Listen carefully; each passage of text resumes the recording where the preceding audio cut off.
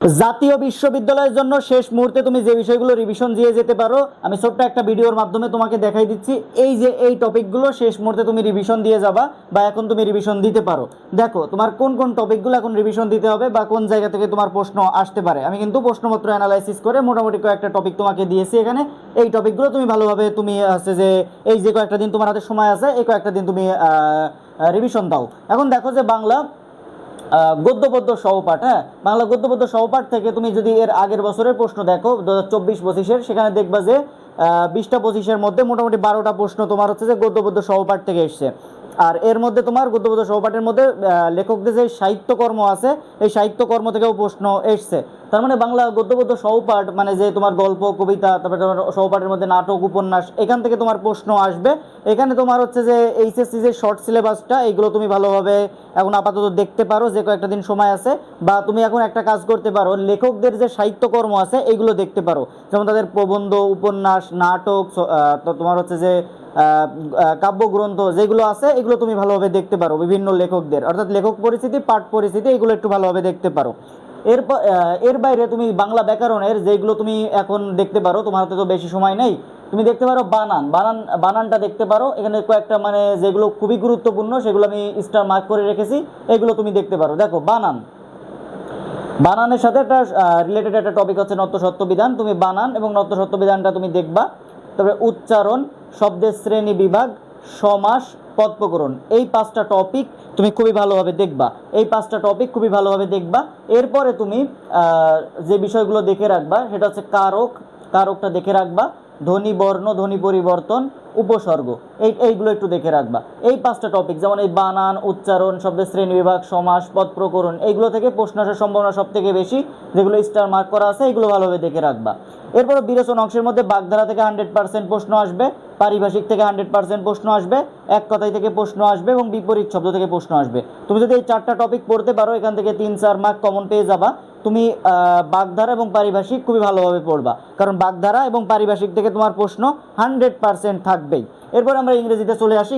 ইংরেজির মধ্যে parts of স্পিচের মধ্যে noun, pronoun, adjective, verb, adverb, বিশেষ করে অ্যাডজেক্টিভ, ভার্ব, অ্যাডভার্ব এই 3 প্রকার খুবই ভালোভাবে পড়বা।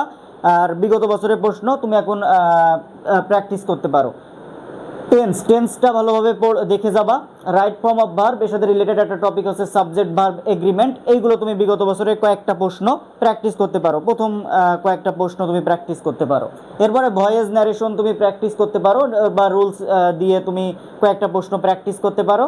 তারপরে কন্ডিশনালটা দেখে রাখতে পারো। তারপরে লিটারেচার থেকে প্রচুর প্রশ্ন আসে। হ্যাঁ, লিটারেচারের জন্য তুমি যে কাজটা করতে পারো সেটা হচ্ছে যে এইচএসসি যেই টেক্সট বুকটা ছিল, টেক্সট বুকের পোয়েমগুলো সম্পর্কে একটু ধারণা নিয়ে যেতে পারো, বা লিটারেচার বিগত বছরের প্রশ্নগুলো পড়লেই কমন পাওয়া যায়। তো লিটারেচার থেকে প্রশ্ন আর এসছে। এরপর মেমোরাইজিং ভিতরে অ্যাপ্রোপ্রিয়েট প্রিপোজিশন তুমি রিভাইজ দিবা।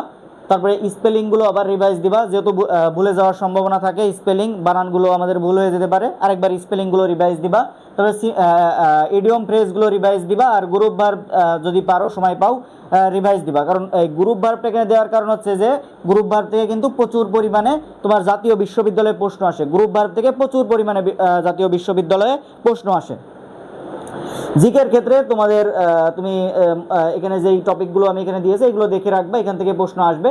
বাংলাদেশ পরিস্থিতির মধ্যে যেমন বাংলাদেশের সীমান্তবর্তী দৈর্ঘ্য জেলা, বা তোমার হচ্ছে যে সমুদ্র বিজয়, বা তোমার হচ্ছে যে বাংলাদেশের যেই আছে তোমার ছিটমহল, বা মানে বাংলাদেশ পরিস্থিতির মধ্যে বাংলাদেশের যাবতীয় বিষয়, সীমান্তবর্তী দৈর্ঘ্য, সীমান্তবর্তী জেলা, কতটুকু সীমানা মিয়ানমারের সাথে আছে, কতটুকু সীমানা ভারতের সাথে আছে, এগুলো একটু ভালোভাবে দেখবা।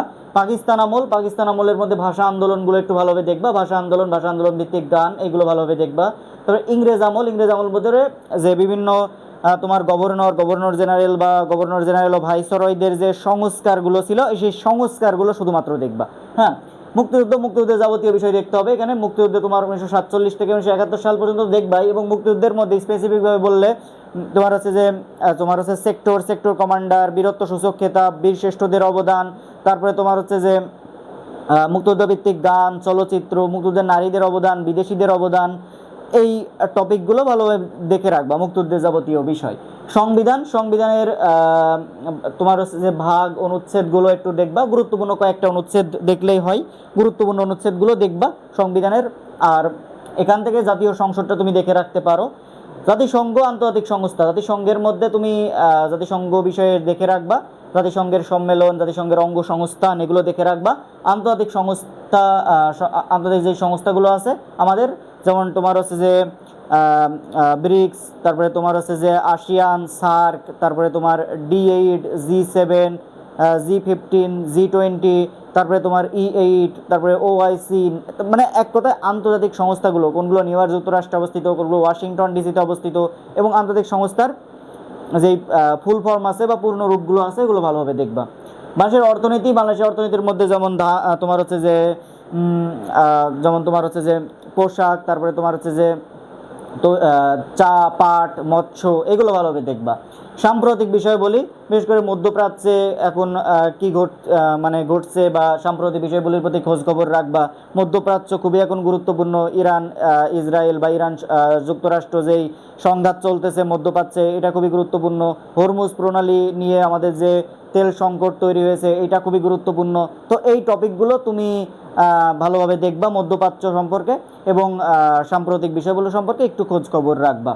এরপরে জিকেতে তোমার মৌলিক জিকেতে 40 মার্ক। মৌলিক জিকেটা বলতে ওই যে তোমার হচ্ছে যে যেই তোমাদের যে সাবজেক্ট ভিত্তিক যেই প্রশ্নগুলো আসবে, এখানে খুবই সহজ প্রশ্ন হবে ভাই, খুবই সহজ প্রশ্ন হবে, প্রশ্ন সহজ হবে। এবং তোমার এইখানে তোমার বোর্ড কোশ্চিনগুলো পড়লেই হয়ে যায়।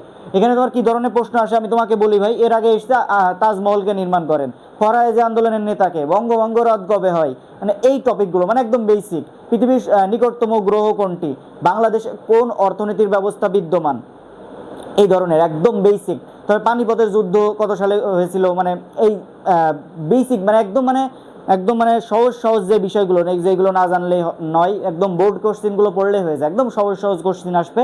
এই 40 মার্ক তুমি সহজ, মানে একটু যদি তুমি বোর্ড কোশ্চিনগুলো একটু হালকা পাতলা দেখো এখন, তাইলে কিন্তু এনাফ। তুমি এইগুলো একটু দেখার চেষ্টা করবা, হ্যাঁ, বেশি কিন্তু টপিক না, হ্যাঁ, এগুলো একটু দেখার চেষ্টা করবা জাতীয় বিশ্ববিদ্যালয়ের জন্য।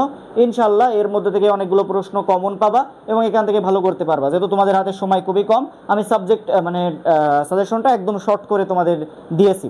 তো ভাইয়া, এরপর আমরা সেন্ট্রাল ইউনিভার্সিটির সাজেশন দেবো। সেন্ট্রাল ইউনিভার্সিটির প্রশ্ন ব্যাংক অলরেডি আমাদের পেজের মধ্যে আপলোড করে দিয়েছি।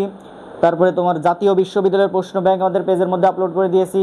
তা আরও সামনে তোমাদের যত যা লাগে আমরা হেল্প করব। তো তোমরা এখন আপাতত জাতীয় বিশ্ববিদ্যালয়ের জন্য এই সাজেশনটা ফলো করতে পারো। তো ভাইয়া, দেখা হবে পরবর্তী ভিডিওতে। ততক্ষণ সবাই ভালো থাকো। আসসালামু আলাইকুম।